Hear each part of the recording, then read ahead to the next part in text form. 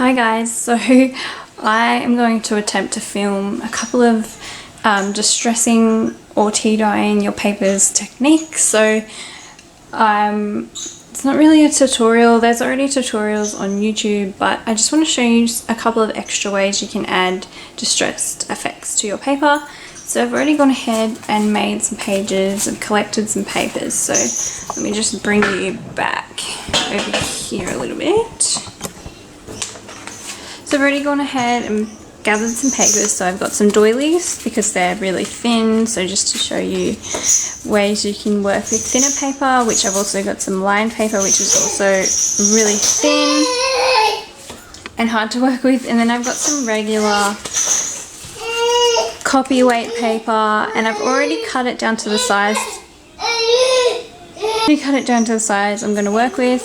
I've also already rounded the corners because I want round corners for this particular book, and so I like to make my pages up beforehand just because of the way the tea takes to it. It naturally darkens around the edges and in the creases, so I like to do that beforehand. And then I've also made up a couple of envelopes that I'm going to tea dye as well. So I've made up a little mixture and I've actually used about 15 tea bags, so that's a lot, and usually you wouldn't need that many. I want this book to be really grungy, but not only that, I'm using a really cheap version or brand of tea, and the tea dye it gives me is not that great. So I've also added a little bit of instant coffee, and then I'm going to also use some distress sprays. So I've got walnut stain and gathered twigs. They're kind of my favourite colours to work with, along with tea dye and a couple of other grungy brown colours. So I'm going to use those as well to add some extra effects. So I'm just going to show you the best I can. So as you can see, I set up my little tea dye in a pan. You can use any tray or pot or whatever, as long as it can hold really hot boiling water. So I let that steep for probably at least half an hour today. Sometimes I like to work kind of instantly and I burn my hands a little bit because I'm impatient, but I also find, just a tip, that if you tea dye your papers while it's really hot, you get a richer colour. So I'm also just going to turn on my oven and preheat the oven to just around 200, so just so it starts to get hot, and that way I'm going to dry my papers all together in one go in the oven. So I'm going to show you how I do that. Another way I do it is I just hang them up directly onto clothes horses. It's better to do it outside because it does drip, but this way works as well. So also when you bake the papers, it also gives you kind of like a crispier, if that's the right word to use for paper, but it makes it like crisp, and it kind of adds a weight, and it also can darken the colours up a bit. Anyway, so all I do is I grab my paper. So I'm just going to start with the regular copy weight paper, and I just dunk it in. The longer you let it sit in the mixture, the darker your colour is going to get. Of course, if you're working with really thin paper or doilies, you can't really let it sit in for too long because it will rip and be hard to work with. So I'm impatient, so I usually just dunk and then lay it down, dunk and lay it down. I don't have that much time. So if you don't have time, a way you can add a richer colour is I lay it down on the baking sheet, which I've just got on my little oven tray, and then I grab my distress stain, and after it's been soaked in the paper so it's wet, just give it a little spritz like that, as much or as little as you want. And then because it's wet and because I'm going to be stacking my papers up, the water comes and interacts with that distress, and it will move it around the page. It will also transfer it onto this page, as you can see there, and just gives you some really cool effects. So use a couple of different colours if you want, do big lots of sprays, do little sprays, just have a play with it, see what you come up with.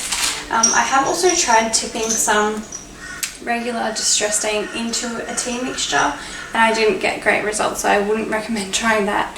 I think it was just way too diluted, so it didn't have much of an effect. Just going to, all I do really is I just stack them up while my oven's heating up, and that way when I'm finished the book, I actually turn the oven off after. I slip the tray into the oven and I let that sit for maybe like 20 minutes or so, so that it takes that extra moisture out of it, and then I'll take the papers back out, reheat the oven back up, turn it back off, put them back in, and repeat that. I like to do it that way just because I don't have the time to tea dye pages individually and dry them individually.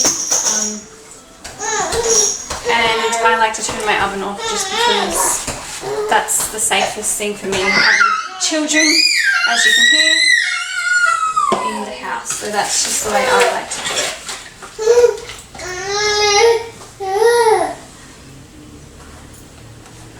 So when you're working with thinner papers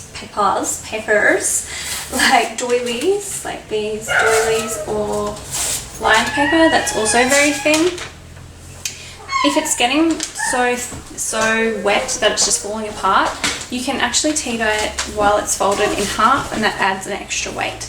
So you just I would just dunk it in as it is folded, and the paper does soak, the tea does soak through all the sides, so then you can just lay it out, and once the moisture's started to come out of it when you're drying it, you can then open it out and do whatever you want with it, because once it's dry it's back to its normal strength.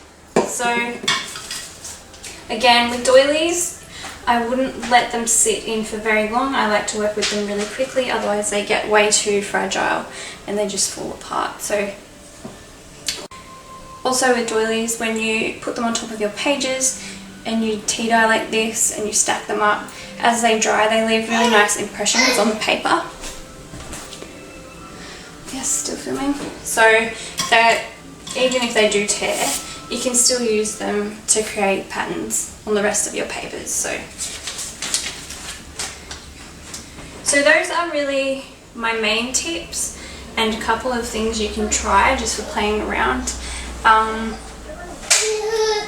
than that, once my papers are dry or starting to dry, I like to take them out, and each time I take them out and reheat the oven, I just change the order of them. That way the ones that are in the middle of my stack can dry, as well as the ones that are on the top and bottom of it, if that makes sense. So that is the basics of how I distress and age my papers. If you have any questions, please let me know and I'll get back to you guys. Bye!